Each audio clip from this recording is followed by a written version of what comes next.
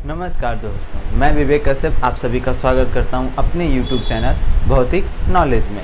ठीक है, तो चलिए शुरू करते हैं। तो आज का वीडियो शुरू करने से पहले मैं आपको ये बता दूं, अगर आप हमारे वीडियो को देख रहे हैं तो लाइक शेयर ज़रूर करें, और वीडियो संबंधित या उस टॉपिक संबंधित कोई भी सुझाव हो तो कमेंट बॉक्स में ज़रूर लिखें। ठीक है, अगर आप हमारे चैनल्स पर नए हैं तो चैनल्स को सब्सक्राइब जरूर कर दीजिए। तो चलिए शुरू करते हैं। ठीक है, कि आज का हमारा जो टॉपिक्स है, कहें तो छोटा टॉपिक्स है और बहुत ही महत्वपूर्ण टॉपिक्स है। जैसे कहने का मतलब हमारा आज का टॉपिक है घातांक। क्या है? घातांक। ठीक है, तो घातांक के बारे में समझते हैं। ठीक है, देखिए ये जो हम चीज़ आज पढ़ाने की कोशिश कर रहे हैं ये आगे हर जगह आपको मिलेंगी। हमने आपको स्टार्टिंग में ही कहा कि यह जो चीज़ें हैं आपको आगे तक ही मिलती रहेंगी। जैसे कहने का मतलब ये क्लास 6 से ही स्टार्ट हो जाते हैं। 6, 7, 8, 9, 10, 11, 12 तक आपको ये चीज़ें मिलती रहेंगी। ठीक है, तो घातांक में सबसे पहले हमें ये मिलता है कि किसी संख्या में, आप वीडियो को रोक रोक के इसे लिख भी सकते हैं। ठीक है, तो किसी संख्या में उसी संख्या के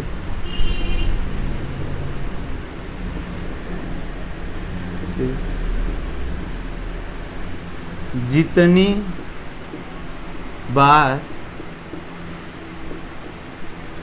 गुणा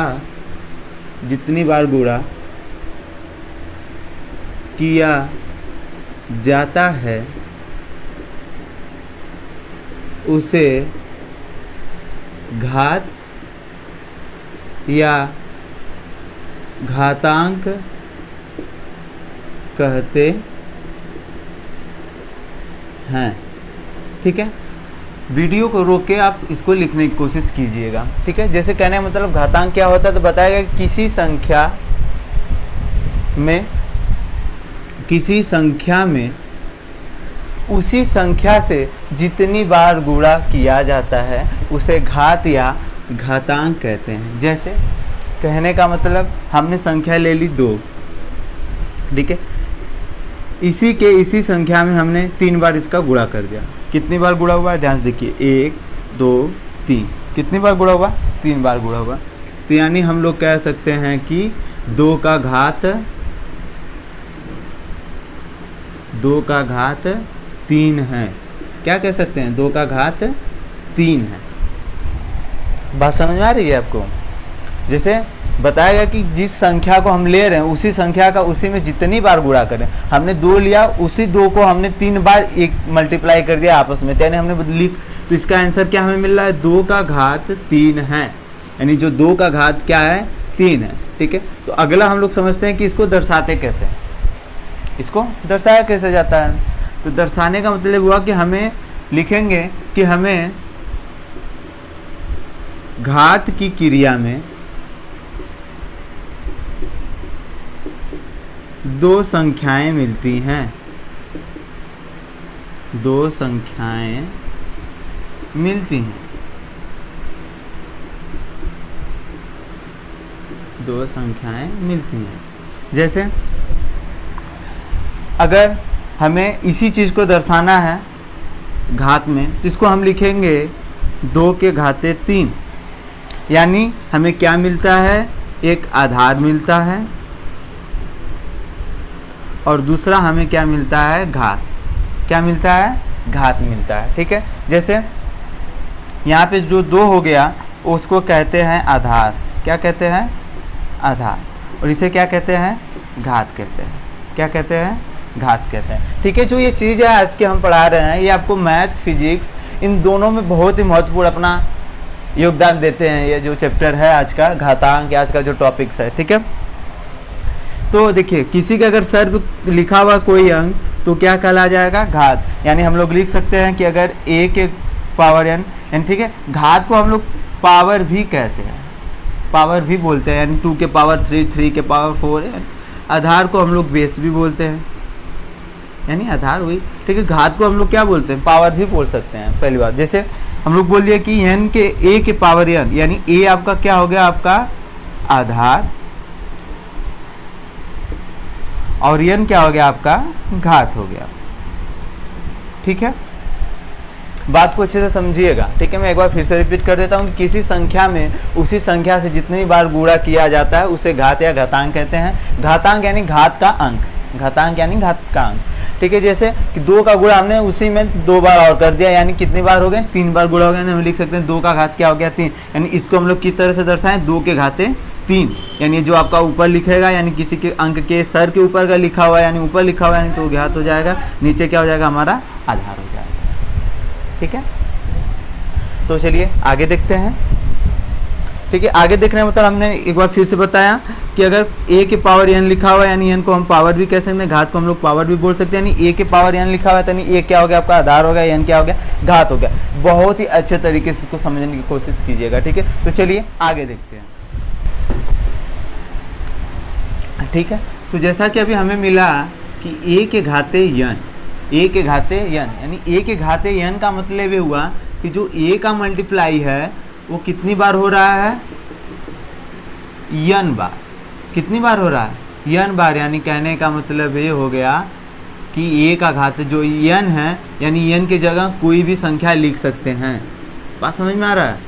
ठीक है, यानी a के घाते, यानी अगर हम लोग ने लिख दिया 2 के घाते 100, 2 के घाते अगर हम लोग ने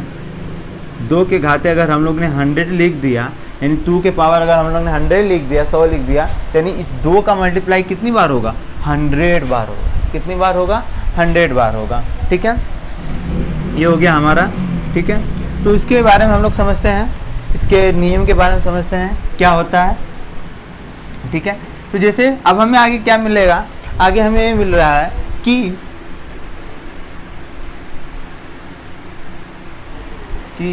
जो घात क्रिया है, जो घात क्रिया है वह मूल क्रिया यानी कह सकते हैं रूट फाइंडिंग, मूल क्रिया का विलोम है। ठीक है, तो इसको कैसे समझेंगे, ध्यान से देखिए। मूल क्रिया यानी रूट, मूल यानी रूट आपको मिल रहा है यहाँ पे। ठीक है, तो बताया गया कि जो घात क्रिया है वह मूल क्रिया का क्या है, विलोम है। यानी जैसे अगर हमको मिला कि x के पावर 3 इक्वल टू y मिला आपको। ठीक है, अगर आपको x का वैल्यू ज्ञात करना है, ठीक है, तो देखिए ध्यान से देखिएगा, जो घात होता है अगर हम इसको पक्षांतर करते हैं, पक्षांतर का मतलब आप लोग समझ गए होंगे, बराबर को उधर भेजते हैं तो क्या बना देता है, रूट बना देता है। एकदम सिंपल सा तरीका। ठीक है, जो संख्या रहेगा उसी का रूट बनाएगा। यानी ये किसका रूट बना रहा है, 3 रूट, यानी इसको कहते हैं क्यूब रूट। क्या कहते हैं, क्यूब रूट। ठीक, क्यूब रूट कह सकते हैं इसको। तो यानी ये कितने का क्यूब रूट बना, 3 का। ठीक है, अगर ये x के घाते 2 है और वो y है उसके बराबर, यानी x के पावर 2 इक्वल टू y। नहीं, अगर आपको x का वैल्यू ज्ञात करना है तो आप क्या करेंगे, इसको y रूट में लिखेंगे और किसका रूट बनेगा, 2 का रूट बनेगा। यानी इसको कहते हैं स्क्वायर रूट। क्या कहते हैं, स्क्वायर रूट। स्क्वायर रूट का मतलब यानी ये आपका घनमूल। ठीक है, ये आपका क्या हो जाएगा, वर्गमूल। ठीक है, जब यहाँ पे आपको घनमूल और वर्गमूल मिला है तो हम आपको बता दें एक छोटी सी बात। अगर आपको किसी के पावर 2 मिले, अगर किसी के पावर 3 मिले और किसी के पावर 4, यानी इस तरह से सबको अगर मिलते जा रहे हैं, ठीक है, तो अगर आपको 2 मिल रहा है तो आप कहेंगे कि 2 का वर्ग, यानी a का वर्ग, a का वर्ग, यानी 2 को हम लोग क्या कहते हैं, वर्ग। यानी किसी के घाते 2 है तो उसको कहते हैं वर्ग।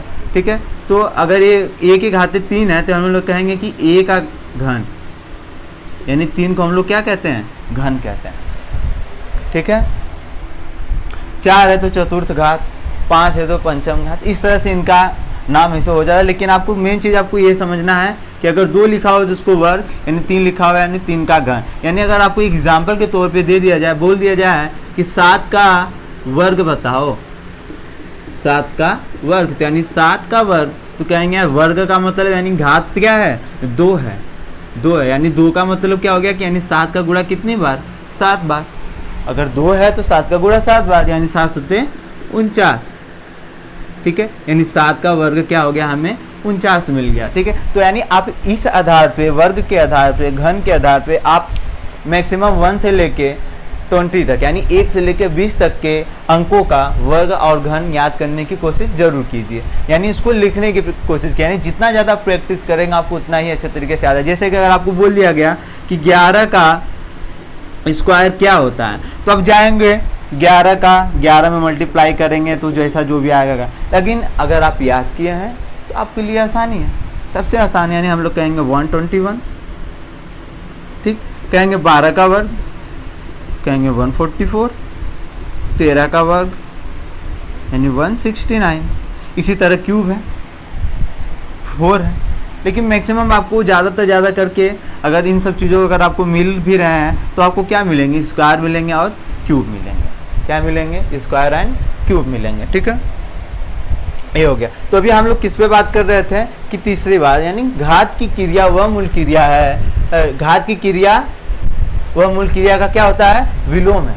घात की क्रिया जो क्या मूल क्रिया, यानी इसका विलोम, यानी देखिए चाहे ये लिखिए इससे ये हो जाए, और अब देखिए अगर हम आपको इसको इसमें लाना है तो यानी ये हो जाए, यानी दोनों एक दूसरे के क्या है, विलोम है। आप इससे यहाँ पे आ गए, आप इससे क्या हो सकते हैं, यहाँ पे आ सकते हैं। बात समझ में आ रही है, ठीक है। तो इसको एक तरीके से और हम समझने की कोशिश कर रहे हैं, ठीक है। ये बात आप समझ लीजिएगा, यानी आपको a का इस वर्ग यानी a का घन, ठीक है, ये सबको आपको क्या करना है, समझना है। और आपको हमने बताया कि आपको 1 से लेकर 20 तक के संख्याओं का, 1 से लेकर 20 तक के संख्याओं का आप लोग क्या कर लें, वर्ग निकालने की कोशिश करें और घन निकालने की कोशिश करें, ताकि आपका जो प्रैक्टिस हो बहुत ही अच्छे तरीके से हो और आपको याद आ जाए, ठीक है। अगर आ गया कि 11 का घन, तो आप क्या करेंगे, 11 मल्टीप्लाई 11, तो यानी ये भाई इससे मल्टीप्लाई को इससे। लेकिन अगर हाँ आप उस पे प्रैक्टिस किए हुए हैं या आपको पर्सनली याद है तो नंबर की तरह इसको डिजिट की तरह याद कीजिए, नहीं 11 का क्यूब इतना होता है, इस हिसाब से आप लोग काम कर लीजिए, ठीक है। तो इसको हम एक तरीके से और समझने की कोशिश कर रहे हैं, ठीक है, देखते हैं, ठीक है। घनमूल और वर्गमूल, ठीक है।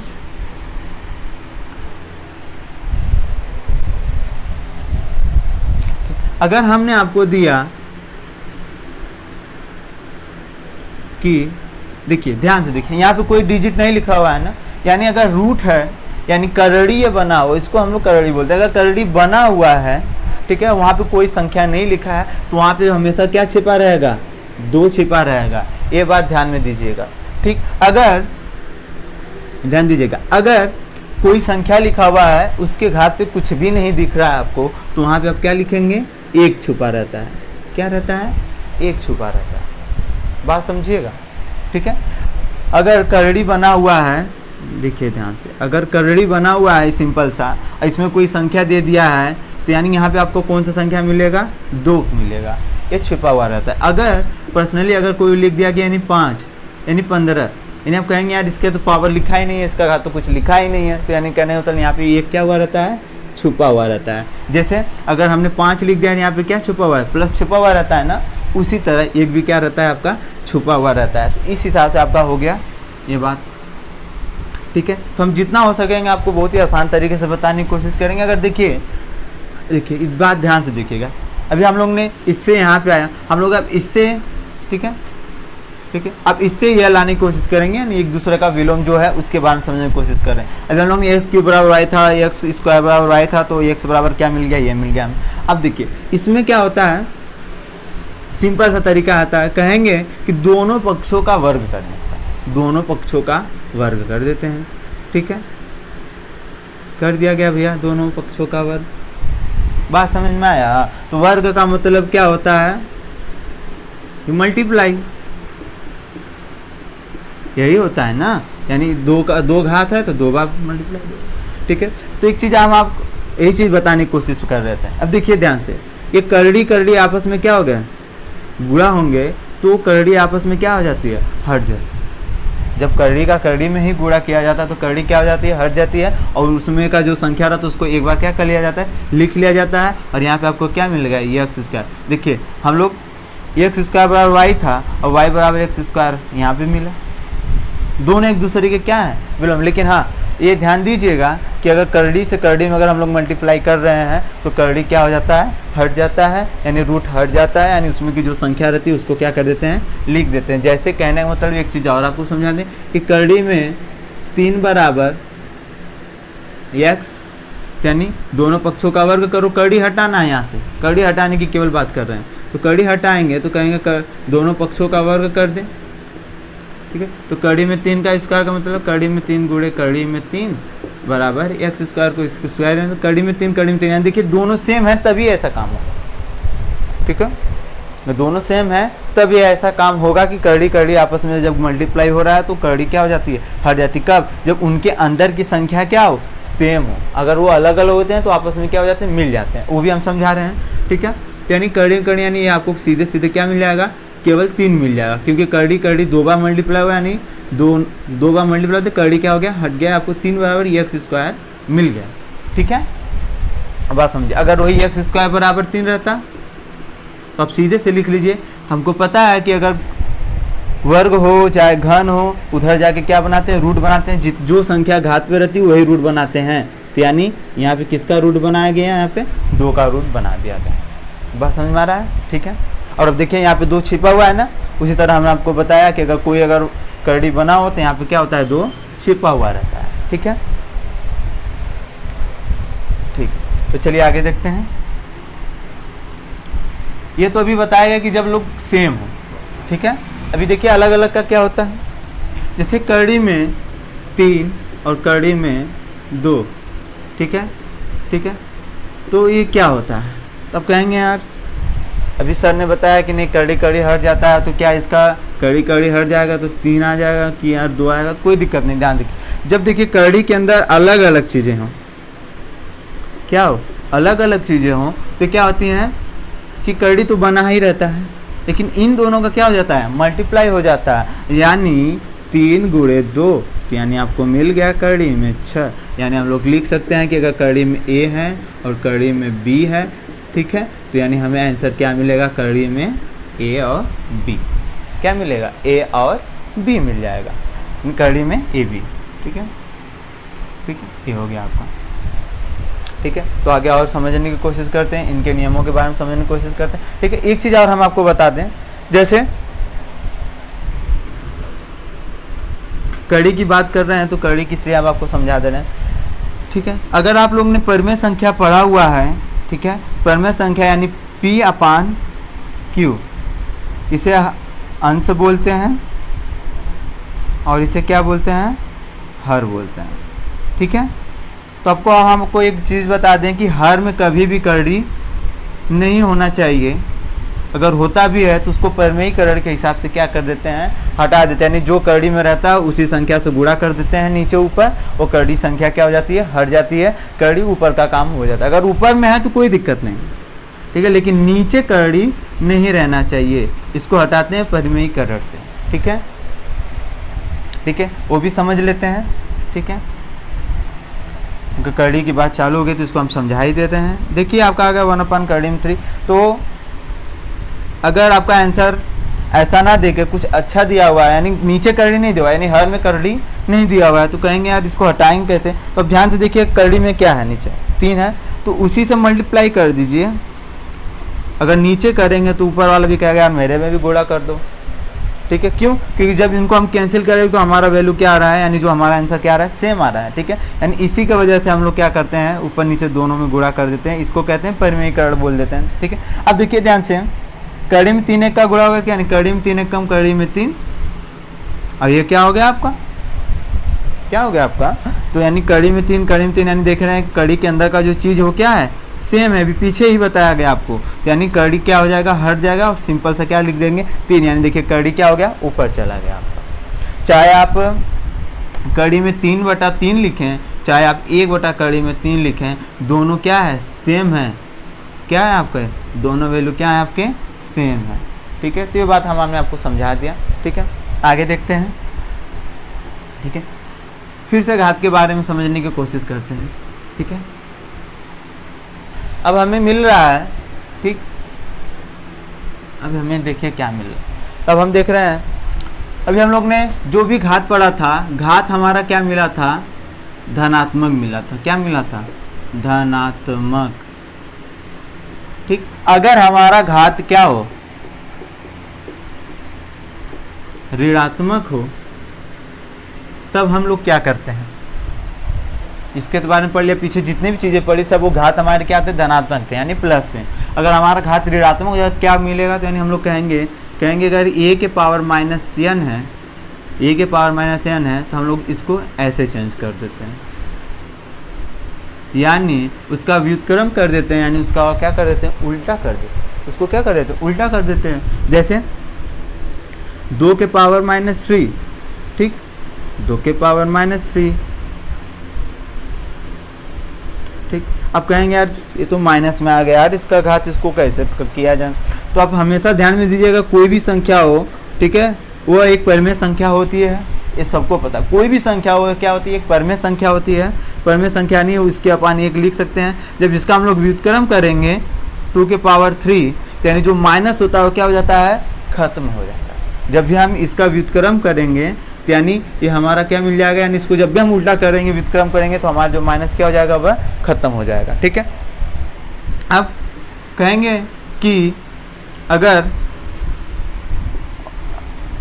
हर में अगर हमें माइनस मिल रहा है तब क्या करेंगे, हर में मिल रहा है तो उसको ऊपर लेके चले जाओ, उल्टा कर दो, व्युत्क्रम कर दो, यानी a के पावर माइनस n था, तो यानी a के पावर n अपॉन 1 आ जाएगा, यानी सीधे सीधे कर देंगे a के पावर n।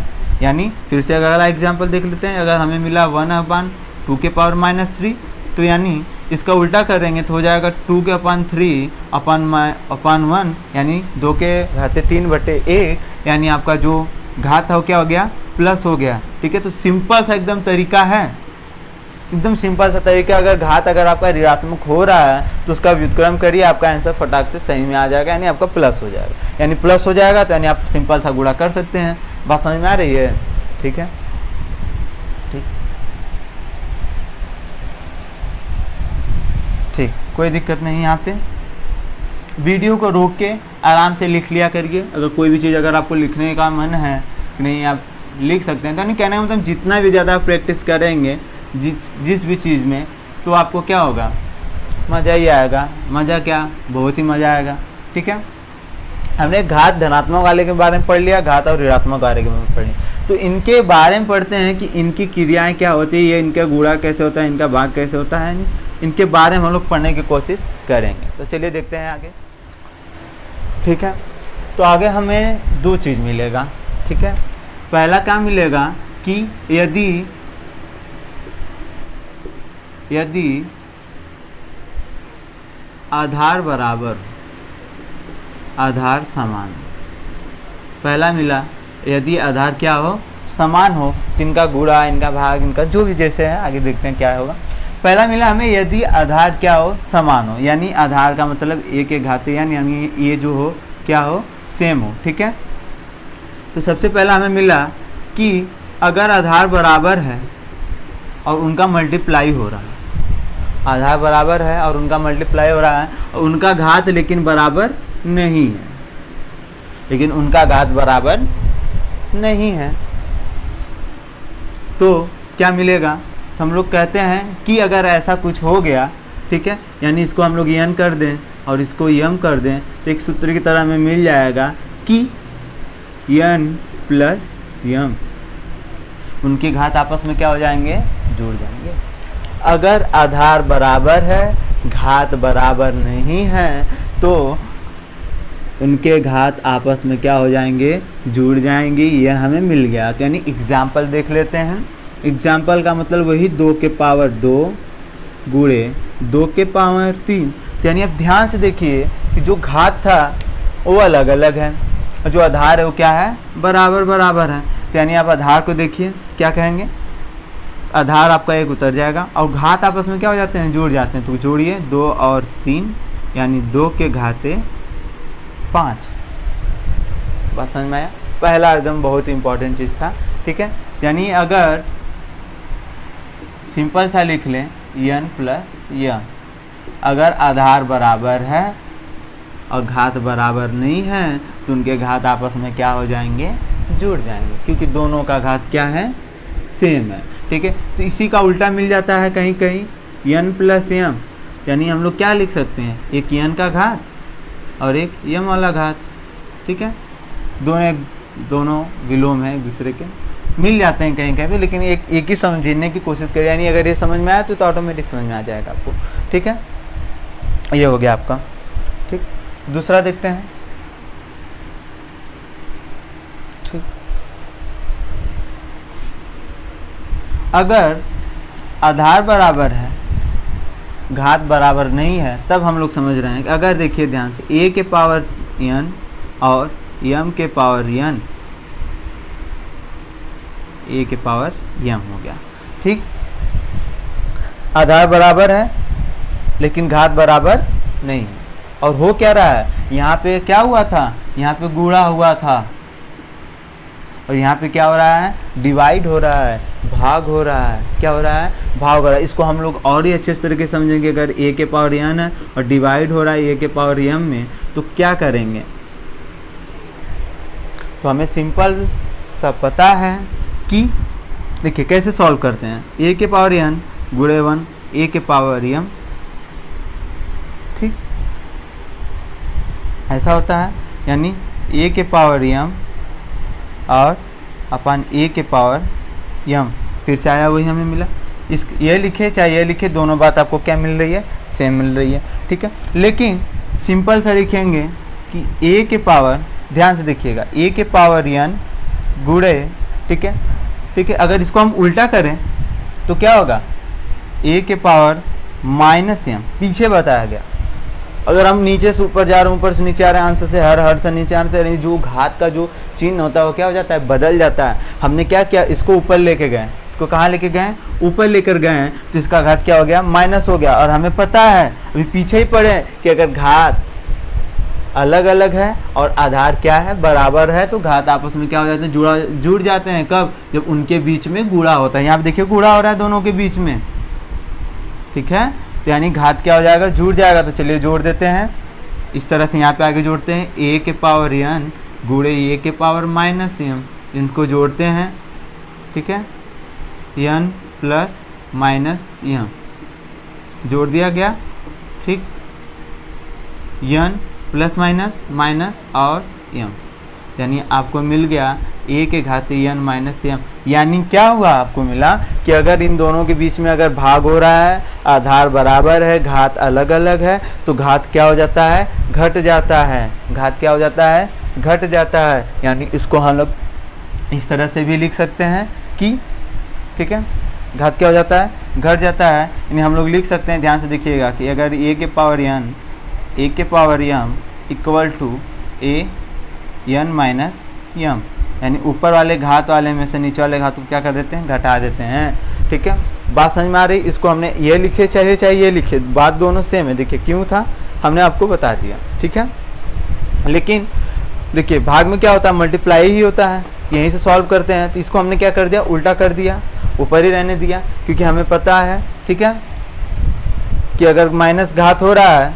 ठीक है, जो भी घात है, अगर उन दोनों का आधार बराबर है, उनके बीच में गुणा हो रहा है, तो उनको आपस में क्या कर देते हैं, जोड़ देते हैं। हमने क्या किया, यहाँ पे जोड़ा, जोड़ने के बाद हमें ये मिला, हमारा रिजल्ट ये आया, हमारा आंसर ये आया। यानी एग्जाम्पल समझते हैं इसके हिसाब से। ठीक है, ठीक है, तो एग्जाम्पल समझते हैं। यहाँ पे एग्जाम्पल हमें ये मिलेगा कि अगर 2 के पावर 3 है, ठीक है, और उसमें हम लोग भाग दे रहे हैं 2 के पावर 2 से। अभी मत सोचिएगा यहाँ पे ज़्यादा यहाँ पे कम, कुछ भी हो सकता है, तो आप उस हिसाब से काम करिएगा। ठीक है, तो कहेंगे यार दोनों का आधार तो बराबर है, दोनों का आधार बराबर है, तो यानी हम लोग लिख सकते हैं कि 3 माइनस 2 यानी 2 के पावर 1, 2 के पावर।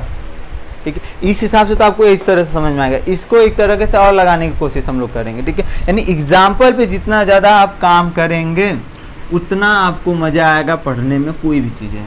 ठीक है, ठीक है, अभी आपको मिला क्या, 2 के घाते 3, 2 के घाते 2 बराबर आपको मिल गया 2 के घाते 1। यानी आपको ये आंसर आ गया। ठीक है, एक आंसर तरीके से इसको और हम निकालने की कोशिश करेंगे, यानी 2 के घाते 3 यानी कितनी बार गुणा, 3 बार गुणा। 2 के घाते 2 है तो कितनी बार गुणा, 2 बार गुणा। दोनों क्या है, बराबर है। 2 के घाते 1 चाहे 2, दोनों क्या आपको बराबर मिल रहे हैं। बात समझ में आ रही है? ठीक है, तो आपको समझ में आ गया कि अगर आधार बराबर है, उनके बीच में गुणा हो रहा है, तो उनके घात आपस में क्या हो जाएंगे, जुड़ जाएंगे। ठीक है, जब गुणा होगा। अगर भाग हो रहा है, आधार बराबर है, घात बराबर नहीं है, तो उनके घात आपस में क्या हो जाएंगे, घट जाएंगे। ठीक है, तो आपको एग्जाम्पल भी मिल गया अच्छे तरीके से, इसके बारे में हम लोग ने समझ भी लिया। तब आगे देखते हैं। ठीक है, अब हम समझेंगे यदि घात समान है। अभी तो आधार समान था, अभी हम लोग पढ़ेंगे कि घात क्या हो हमारा, समान है। ठीक है, ये तो सिंपल सा है, आपको समझ में आ जाएगा। ठीक है, चलिए समझते हैं। a के पावर n, b के पावर n। ठीक है, अब यहाँ पे देखिए क्या है, आधार क्या है, अलग अलग है, लेकिन आधार क्या है, घात क्या है आपके, सेम है। तो क्या करेंगे, तो यानी हम लोग इसको लिख सकते हैं कि भाई a और b दोनों का घात क्या है, सेम है। यानी सिंपल सा हम लोग लिख सकते हैं ab के घाते n। यानी अगर आपको मिल रहा है आधार बराबर नहीं है, घात बराबर है, तो दोनों का घात आपस में क्या हो जाएगा, बराबर हो जाएगा। यानी हम लोग इसको इस तरह से लिख सकते हैं। ठीक ठीक, अगर आपको मिल गया, 2 लोग मिल गए इस तरह से, और उनका घात क्या है, n है, तो हम लोग कह सकते हैं जो n है इसका भी घात है और b का भी घात है। यानी a के घाते n गुणे b के घाते n, ये भी चीज़ें आपको मिल गई। यहाँ पे क्या है, घात बराबर है। ठीक है, एग्जाम्पल देख लेते हैं। 2 के घाते 2, 3 के घाते 2, 2 के घाते 2 और 3 के घाते 2, आधार बराबर है, कहेंगे 2 गुणे 3 यानी घाते 2, 3 दूना 6, यानी 6 के घाते 2, 6 के घाते 2 का मतलब 6 गुणे 6 यानी 36। क्या क्या आपका 36। अगर इस हिसाब से देख लिया जाए अलग अलग करके, 2 के घाते 2 का मतलब 4, 2 के घाते 3 यानी 9, 4 9 36। यानी इनको अलग अलग भी करेंगे तब भी सेम वही आंसर आ रहा है, लेकिन अगर आप रूल के हिसाब से काम करेंगे तब भी आपका आंसर क्या आ रहा है, सेम आ रहा है। ठीक है, तो बात ध्यान में दीजिए, आप कितना जल्दी कर सकते हैं, किससे जितना जल्दी कर सकते हैं, वो चीज़ आपको कैच करना होता है। ठीक है, ठीक है, अगर रूल के हिसाब से कहा जाएगा कि घात के हिसाब से आप काम करना है आपको, तो आप घात के हिसाब से काम कर लीजिए, कोई दिक्कत नहीं। घात बराबर है, आधार बराबर नहीं है, तो कहेंगे यार दोनों का घात तो सेम ही होगा। ठीक है, तो आपका आंसर आ गया 36 होगा। ठीक है, आगे देखते हैं। ठीक है, अगर a के घाते n है और b के घाते n है और उनके आपस में क्या हो रहा है, गुणा भाग हो रहा है। यहाँ पे क्या हो रहा था, गुणा हो रहा था, यहाँ पे क्या हो रहा है, भाग हो रहा है। तो इसको कैसे समझेंगे, इसको इस तरह से भी लिख सकते हैं। ठीक है, हमें पता था कि अगर, ठीक है, देखिए इसको किस तरह से लिखते हैं, ध्यान से देखिए। यानी हम लिख सकते हैं a और b दोनों का घात क्या है, n। क्या है, दोनों का घात क्या है, n है। इस तरह से हम लोग क्या कर सकते हैं, लिख सकते हैं, अगर घात बराबर है तब। ठीक है, अगर घात बराबर है, ठीक है, तो आप समझेंगे कि भाई ये जो n है a का भी घात है और b का भी घात है। आप इसको इस तरह से भी लिख सकते हैं समझने के लिए। ठीक है, अगर आपको दिया a अपॉन b, इसके घाते n है, तो कहेंगे यार ये n का भी पावर है, a का भी पावर है और b का भी पावर है। ठीक है, आसान है, समझने की कोशिश करिएगा। ठीक है, अब आगे देखते हैं एग्जाम्पल के तौर पे। हमें मिल रहा है 2 के पावर 3, 3 के पावर 3, आधार बराबर नहीं है, घात बराबर हैं। ठीक है, तो हम लोग लिख सकते हैं 2/3/3। ठीक, इस तरह से लिख सकते हैं, लेकिन अगर इसका आंसर लिखना होगा तो आप लिख देंगे। ठीक है, 2 का मल्टीप्लाई करेंगे कितनी बार, 3 बार। 3 का मल्टीप्लाई भी कितनी बार करना है, 3 बार। 8/27। ठीक है, लिखने का तरीका क्या है, किस तरह से लिखेंगे, घात को क्या करते हैं, किस तरह से करते हैं, ये आपके ऊपर समझने की बात है। ठीक है, कि आप किस तरह से समझने की कोशिश कर, जो भी चीज़ ना समझ में आ रहा है उसको आप वीडियो को रोक लीजिए और लिखने की कोशिश कर दीजिए। ठीक है, तो चलिए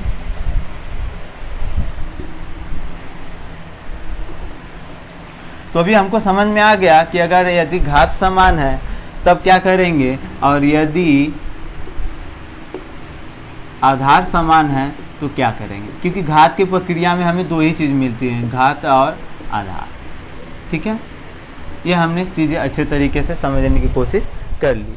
ठीक है, ठीक है, तो हम लोग ने इतना चीज़ें समझ ली। ठीक है, अब हमारा एक लास्ट चीज़ बचा हुआ है कि अगर घात के भी घात हैं, ठीक है, जैसे a के घाते n और इनके घाते क्या है आपका m।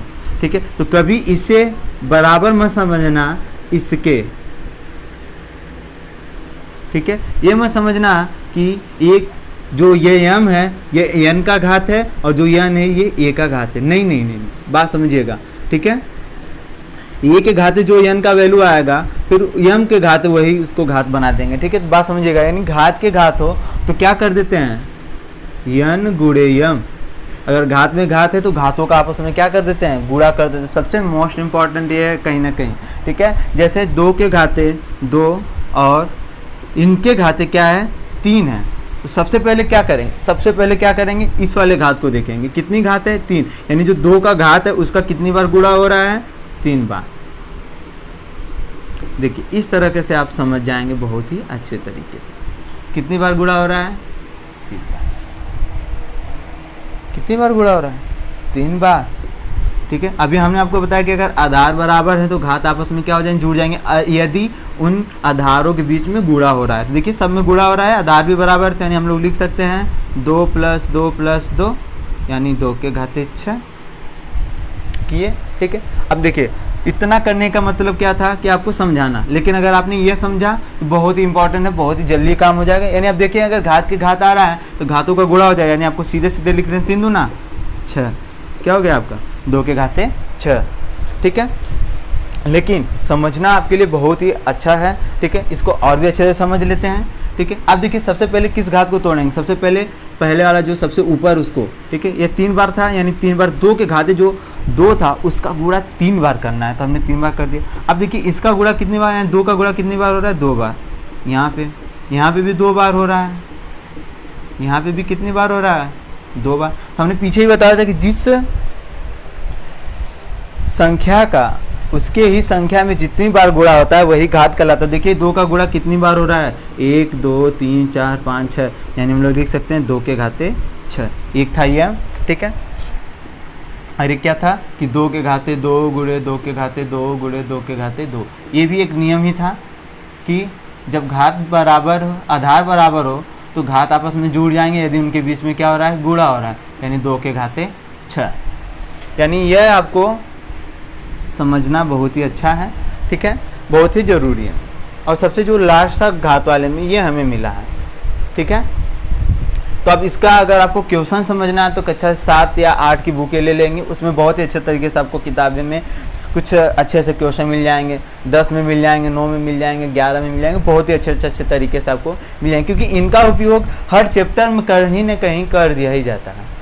इनका उपयोग हर चैप्टर में कहीं ना कहीं क्या कर दिया जाता है, कर दिया जाता है। इसलिए हमने सोचा कि आपको यह चैप्टर पढ़ाया जाए। ठीक है, तो ये हमारा लास्ट था। ठीक है, अगर जो चीज़ें ना समझ में आ रही हैं तो वीडियो को रोक लीजिए, उसको समझने की कोशिश कीजिए। ठीक है, ये रहा हमारा सबसे अंतिम वाला लाइन।